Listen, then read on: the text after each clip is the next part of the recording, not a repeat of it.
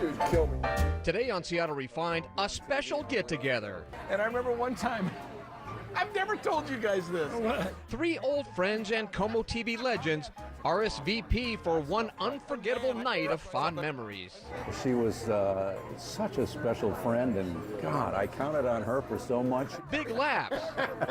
The safest place to be in case of an earthquake, under the northwest corner of Dan Lewis's hair. They could put a dirt clod out there on the 4 o'clock show. Steve will taste it and go, oh my God, that's the best thing I've ever tasted. And mutual admiration.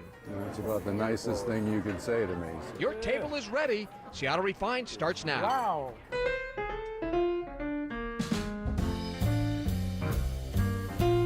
Hey everybody, welcome to Seattle Refined. I'm Gard Swanson. If you've ever watched our show before, you know we love something called Party of Three. We invite three guests to a Seattle spot for good food and conversation. I'm at the Space Shuttle because our next Party of Three takes place right at the very top here at the popular Sky City restaurant. And if you've ever watched Como over the years, you probably will recognize our guests. Dan Lewis, Steve Poole, and Eric Johnson are friends first, colleagues second. For more than 20 years, they sat side by side, delivering the news, weather, and sports on Como 4. Dan Lewis was Como's main anchor for 27 years before retiring in 2014. To this day, Dan and his co-anchor, Kathy Gertson, are one of the longest-running anchor teams in the country. He's simply a legend. Eric Johnson took over for Dan on the anchor desk, but has tugged at our heartstrings for decades with his inspiring storytelling. He's won multiple Emmys. He's even won a National Edward R. Murrow Award for Best Feature Story in the country. But no one has been at Como longer than weather expert Steve Poole. Steve Poole, Como 4 News. You've welcomed him into your homes for more than 40 years.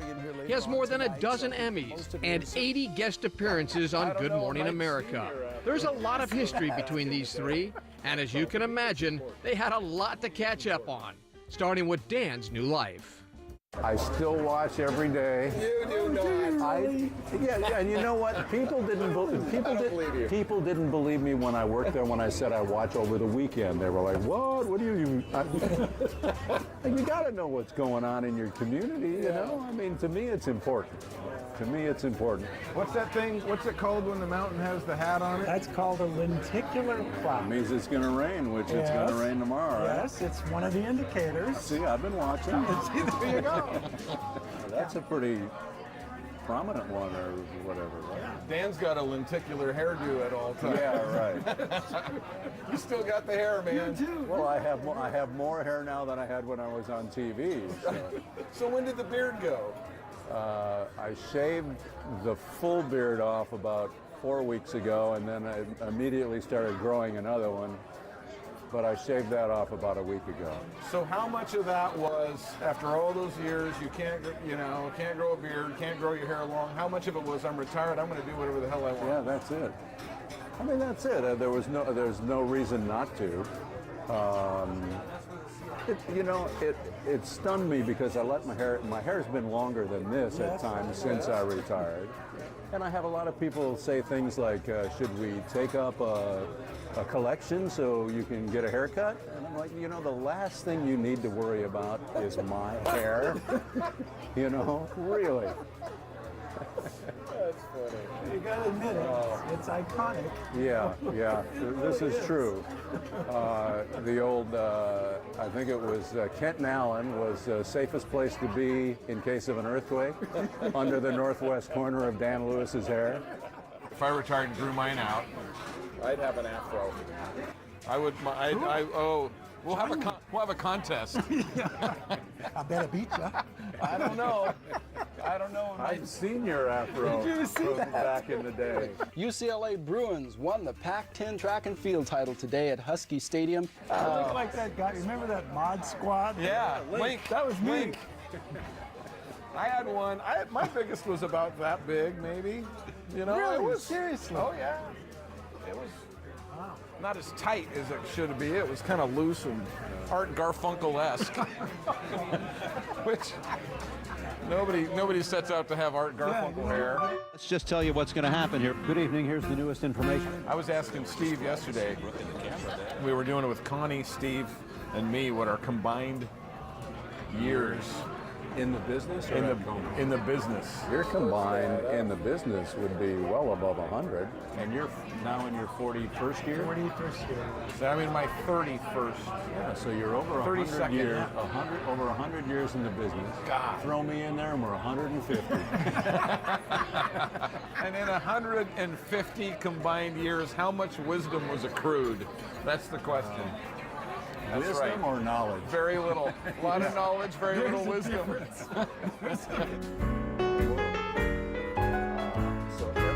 How's that crab cake? It's actually really good. It looks good. It's really, I couldn't wait anymore. It's like the 4 o'clock show. Yeah. It's like the 4 o'clock show. This I And can that's our manage. chocolate shake right there. That is the nectar of the gods. They could put a dirt clod out there on the 4 o'clock show. Steve will taste it and go, "Oh my God, that's the best thing I've ever tasted. Best thing I've ever had." Hey, there's sometimes that stuff comes in there and it's like, I try to be polite, you know, and give them kind of like, oh yeah, that's interesting. If I hear the word interesting, I know that Steve's ready to Ralph. That's We can admit that as soon as the food segment began, Eric and I would sit there and kind of look at each other and go, all right, 5, 4, 3, 2, and here comes Steve. So this tastes great, and it's good for you at the same time. So we have Steve. Scallops, baby. Yeah, that looks good. Yeah, as soon as he said the salmon has some crab on top of it, I was like, yep, that's my meal. I think audiences are very perceptive, even if it's only on an emotional level. And they know when something is an affectation. It's not really real. I think it's more than just information. I think I want to hear my Uncle Ben tell a story. My Uncle Ben was a great storyteller. If someone just gave me that information of what was in his story, okay, interesting. Telling me that story, I was sucked in as a kid every time. I think that one of the things that sets Como TV apart when you talk about storytelling is your storytelling. I'm very thankful and I feel very blessed to be able to do this at this age. 91. 91? I've told you this before a million times. I have never known a person who can spin a story and tell a story as well as you do. What absolutely amazes me is the phrasing you come up with, the thoughts you come up with, and you know, I've sat around with you many times where you have, you know, you're a prankster, you come off as sometimes as a little hard-edged, but you in your stories have the biggest heart of anybody. I mean, it's like I can tell you truly care about the people and the stories. Cece, Yes. you're my hero. Well, and you mine too for the news. Well, thank you. I would say this. I would say to someone, if you really want to know what's inside, watch my stories. Oh, get a load of this. Dinner is just getting started. This is going to sound weird, but I'm envious of you. Yes. Dan reflects on life after TV news. I feel like I'm the luckiest man in the world. But first, remembering Como anchor Kathy Gertson. We all loved her so much. Oh, We so did. Seattle Refined will be right back.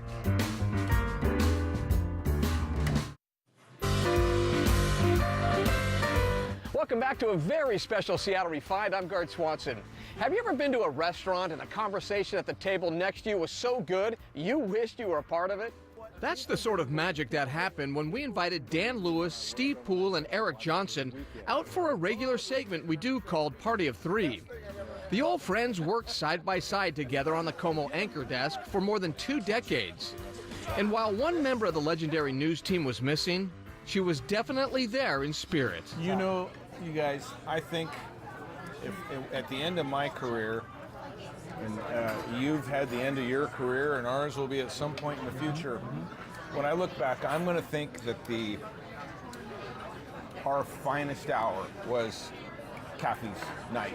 That when we had that show, the show we did the night Kathy died, when they put us on a set and turned on the cameras and said, go. For us, you know, we've kind of had to come out and tell Kathy's story, and we're so happy and proud to do it, but it's been difficult. It's really hard. But you know why it was our finest night is because we just had an opportunity to honor and talk about this person that we love. Yeah, from the heart. To me, this is kind of I don't know the right word I was going to say, it was a treat to be able, a privilege to be able to do that and share it with the community. It's an honor. It was a total honor. We all loved her so much. Oh, We so did. You know, I still have on my phone pictures of us together at events we did. I It's still there. have text messages. I've Yeah, saved text I kept messages all of from that, the last month. you know? So I think about her every single day, and you know, we have just recently passed her birthday, and it was her 59th birthday, and I thought I know I would have too, given her some grief about closing in on the big 6-0, you know, and she would have hated it. Oh, God, yeah. She would have had a fit. You know what I remember, you guys? When I joined this team, you guys were all established. You and Bruce and Kathy were an established team, and I came aboard and I felt like I was joining the New York Yankees in 1955. You know, I mean, I was just like, oh my God, these guys are awesome. And Kathy was there in that corner seat on the set there, or next to the sports guy, and I just remember she scared the hell out of me. I'll tell you that right now. I was so nervous because Kathy Gertson sitting next to me, you know? And I remember one time, I've never told you guys this. What? She goes, oh, is it hot in here? You're sweating. And I'm like, no, you make me nervous. That's so awesome. But I'm sure you found very quickly that she was like the easiest person to work with. So real, so natural. I would just watch her. I learned so much from her like that. I mean, just her facial expressions were just so real and natural. I'm, you know, like trying to be the newsman. She did this thing, and I'll know you'll know what I'm talking about. I won't be able to do it the way she did it, but she had this kind of like a little, I know what you're thinking and you know what I'm thinking, because I just went like that. She had this thing, she would tilt her head, and it was like natural and real, and everyone just... Yeah, she was just real all the time. But that night, we just sat there and they turned on the cameras and said, go. I will never forget that as long as I live. I think for what we did that night, I think of it as one of the most amazing things that as a group we've ever done. But you know what we would have done that night if we were not in the TV business and Kathy was our friend? We would have sat around the table and told all those same stories. And that's why I think it was just such a great night, because it was just us talking about this woman we loved that we were not ever going to see again. She was such a special friend, and God, I counted on her for so much. She'd have to put me in my place every once in a while. You know? Oh, yeah. How about me? How about all of us? You more than me, that's for sure. Yeah, you more than me, too. She goes, one time she goes, I just tried to get a rise out of her. And I remember one time she goes, I said something just popping off, you know, she goes, yeah, you need to shut the blank off right now. That's fair enough. Fair enough. She did not suffer fools gladly. No. You know, she was fun. Just her presence. She was something else. Next on Seattle Refined, life after TV news. I was kind of surprised how easy it was for me to let it go. Yeah. Photography. Plus, a few moments we save from the cutting room floor. Go to hell, Dan. Yeah, geez. We'll be right back.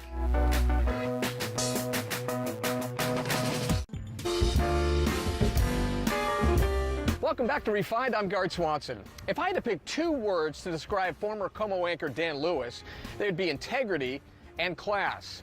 For nearly 3 decades, viewers counted on Dan's calm and reassuring presence to guide them through some of the biggest news stories of the day.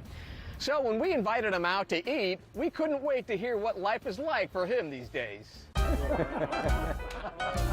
Hello to this. What the? Steve, it's a little cloudy in here. What is the name of this? The Lunar Orbiter from our original 1962 menu. Oh, really? Really? Wow. Did it do this in 62? Yeah. Wow. Well, as we end this gathering, I can't tell you guys how much I miss being with you, how much I miss the camaraderie in the newsroom, and how much I'm enjoying my retired life. Good evening, everyone. Here we are after 27 years. This is the last show anchored by our Dan Lewis on the last day before his retirement. I hope you have a wonderful night, and I hope that I see you again. And if you see me out there somewhere, please say hi, because I do consider you to be a very dear friend of mine. Thank you very much. I know you'll check in on us often, and I speak for everybody here when I say thank you. You're welcome. This is going to sound weird, but I'm envious of him. Yes. Not so much because, okay, I've had it, but I mean, we've seen each other a fair amount since you've retired. And the sense of purpose and calm and very sure of what you want to do and what's your life to be like. And I see so many people when they emerge, especially from what we do, and they're sort of continually tortured by it in some ways. I was kind of surprised how easy it was for me to let it go. Yeah. I loved my job. I loved the people I worked with to the very last day. I enjoyed coming to work. And since I left, I have enjoyed my new life just as much. You know? Yeah. I look back with fondness on a lot of stuff that happened, but I'm just so happy with the way things have evolved since I left the business that I feel blessed. I feel like I'm the luckiest man in the world. Well, you may or may not be happy to know that many, many times do I say to myself, what would Dan Lewis do in this occasion? Like, I mean, you're the blueprint for what I do, and I'm not just saying that. It's about the nicest thing you can say to me, so thank you very much. It's the truth. It's the truth. I feel like I learn from the best. Well, and also to understand, okay, what do I do when this wraps up? Because that's a kind of a big deal to think about, you know. And you execute your job as the best you can. But when you're out of it, you need to kind of execute your life in a way that makes sense for you, and that you're not sort of continually tormented over whatever. You know, I know we've known each other for a long time, so I know you pretty well, and I know I can feel that sense of calm and purpose. You know. I've had a lot of people say to me, you know, that they retired and they were bored, they didn't know what to do, they either went back to work or kind of got lost in their life, you know, and it's been 3 years, so it's really kind of a short period of time. But if I can keep it up this same way, I mean, I have told so many people, could I be happier? Maybe, but I'm about as content as I've ever been in my entire life. See what you got yourself into? There's still a bit more dessert. Next, some moments from dinner you almost didn't get to see. There was one time.